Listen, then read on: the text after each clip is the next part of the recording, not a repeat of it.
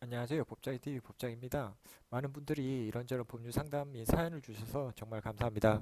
많은 분들이 관심이 많으시고 주위에서 많이 보게 되는 이혼 또는 상속에 관한 사연이 정말 많았습니다. 오늘은 최근 가장 많이 문의를 주신 바람핀 배우자가 이혼 청구를 할 수 있는지에 대해서 알아보도록 하겠습니다. 바람을 피거나 기타 혼인관계 파탄에 책임 있는 사람을 법에서는 유책 배우자라고 합니다. 그럼 오늘의 사연부터 소개하도록 하겠습니다. 사연을 단순해서 소개하도록 하겠습니다.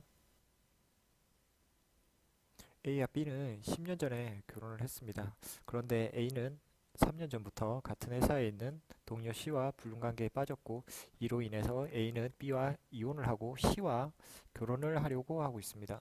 이런 관계가 사실 많지는 않은데요. 상담하시는 분 중에서도 가끔 이런 관계가 발생합니다. 이러한 관계를 오피스 와이프라고 하는데요. 좋은 관계는 아니겠죠. 라는 용어를 사용하기도 합니다. 사무실에서만 연인 관계라는 뜻으로 오피스 와이프라고 하는데요. 현실에서도 종종 있는 일 같습니다. 사연은 오피스 와이프에서 한층 더 관계를 발전해서 기존 혼인 관계, 즉 A가 B와의 혼인 관계를 해소하고 C와 혼인을 하려고 하는 것입니다. 이럴 경우에 유책 배우자인 A, 즉 바람을 핀 A가 B를 상대로 이혼 청구가 인정이 될까요?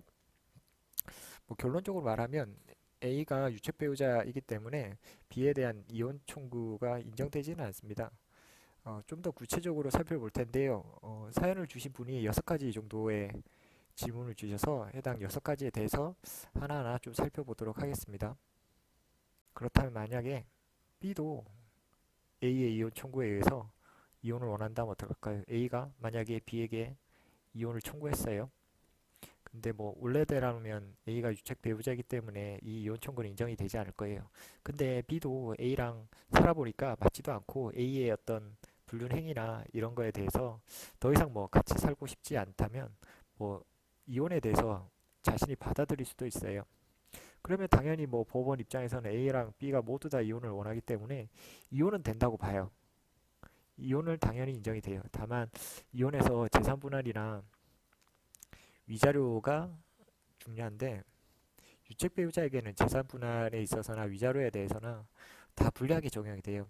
재산 분할도 예를 들어 50대 50으로 할 거면 유책 배우자에게는 더 적게 40 또는 30% 정도 인정이 되고, 나머지 70이나 60%에 대해서는 상대방 배우자 B가 가져가는 식으로 분할되고요.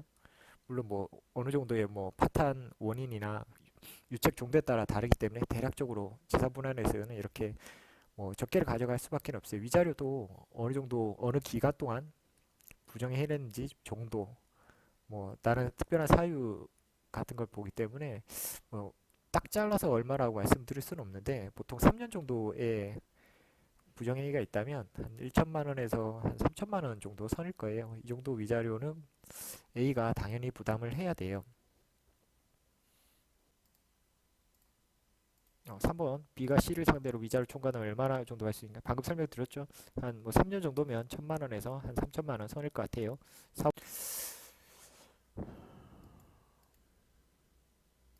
4번 문제가 조금 복잡한데요.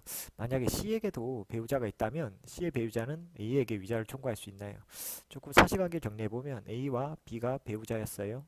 근데 C가 같은 회사 동료였어요. A의 동료죠. 그럼 C에게는 D의 배우자가 있어요. 그러면 A가 B의 부정행위를 했으면 D의 입장에서도 자신의 배우자가 A가 부정행위를 했으니까 C를 상대로 위자료를 청구할 수 있을 것이고, 당연히 A에 대해서도 위자료를 청구할 수 있어요. 그래서 이렇게 여기도 부부 관계고 여기도 법률상 부부 관계면 위자료 청구 관계가 매우 복잡해져요. 그래서 정말 여러 소송이 진행될 수가 있어요. 정말 아프게 되죠. 서로 주고받을 게 많아지고, 이런 경우에는 AB의 이혼 문제뿐만 아니라 CD의 이혼 문제도 생겨요.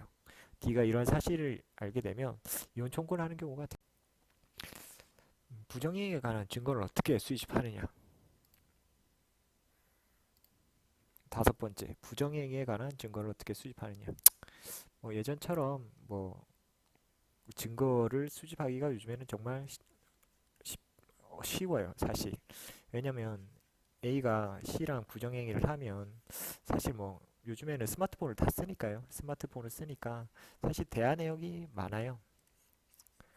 뭐 대화 내용만 제출하셔도 되고 아니면 A가 만약에 차를 이용하신다면 차 블랙박스 같은 것만 확보를 하셔도 사실 뭐 둘이 뭐 어떤 장소에 데이트를 하러 가거나 뭐 예를 들어 뭐 숙박업소를 간다거나 그런 뭐 장면을 충분히 잡을 수가 있어요. 꼭 직접적인 뭐 성행위를 한다고 부정행위는 아니고 간접적으로 뭐 데이트를 하거나 뭐 숙박업소를 간다거나 뭐 애정 행각을 한다거나 이런 게 다 뭐 부정행위이기 때문에 자료는 뭐 입수하기는 어렵진 않을 거예요. 다만 이제 가끔 물어보시는 게 이 스마트폰을 훔쳐서 대화 내역을 빼도 되느냐.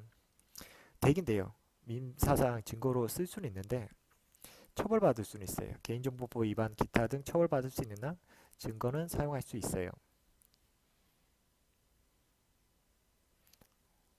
이게 6번 질문이네요.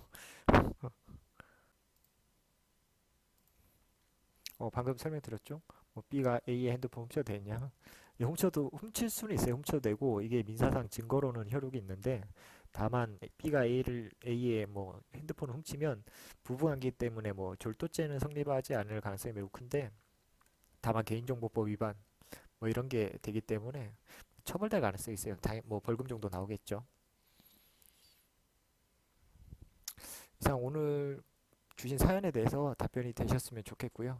이상 법장이 TV 법장이었습니다. 앞으로도 많은 사연 보내주시길 부탁드리겠습니다. 사연을 보내실 때 메일 주소 남겨드리도록 하겠습니다. 구독과 좋아요도 꼭 부탁드리겠습니다. 감사합니다.